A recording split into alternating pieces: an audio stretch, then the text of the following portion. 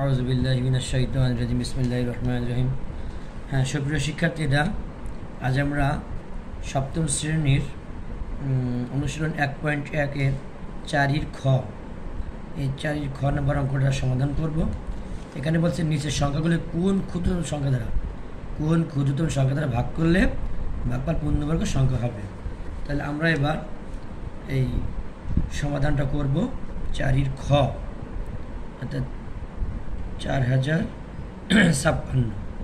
এটাকে আমরা উৎপাদক বিশ্লেষণ করব লসাগুর মতো।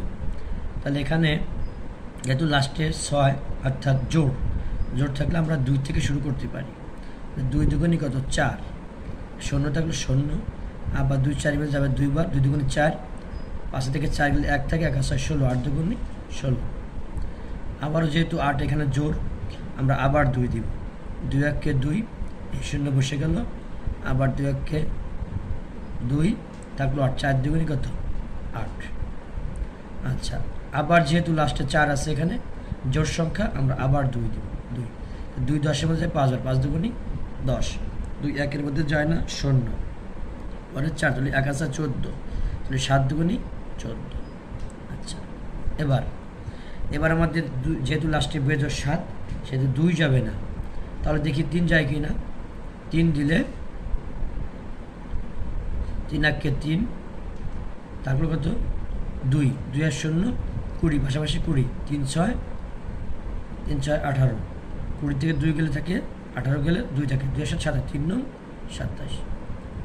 আচ্ছা, এবার যেহেতু লাস্টে বেজোড়, এখানে 3 যাবে না, 5 যাবে না, 7 যাবে না, কত? 13 গুলি লিখবে, 13 13 169।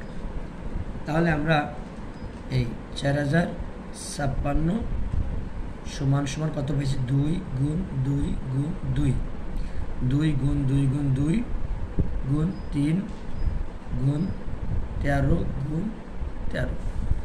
তাহলে এখানে আমাদের এই একটা জোড়া আর এই এক জোড়া, তাহলে এখানে 2 ও 3, এখানে 2 ও 3 জোড়াবিহীন,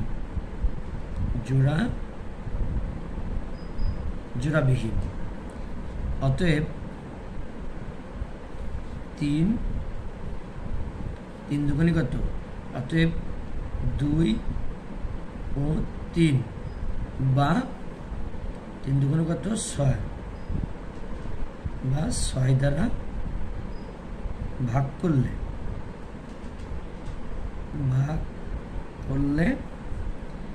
সংখ্যাটি পূর্ণবর্গ হবে। ভাগ করলে সংখ্যাটি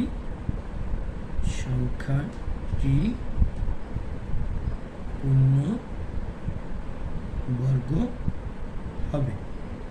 এতে প্রশ্ন ছিল কি, যে কোন ক্ষুদ্রতম সংখ্যা দ্বারা ভাগ করলে ভাগফল পূর্ণবর্গ সংখ্যা হবে। তাহলে আমরা এখানে লিখতে নির্ণয় উত্তর 6, এই 6 দ্বারা ভাগ করলে সংখ্যাটি পূর্ণবর্গ সংখ্যা হবে। অতএব নির্ণয় উত্তর কত? 6। তাহলে এটাই হচ্ছে আজকের সমাধান।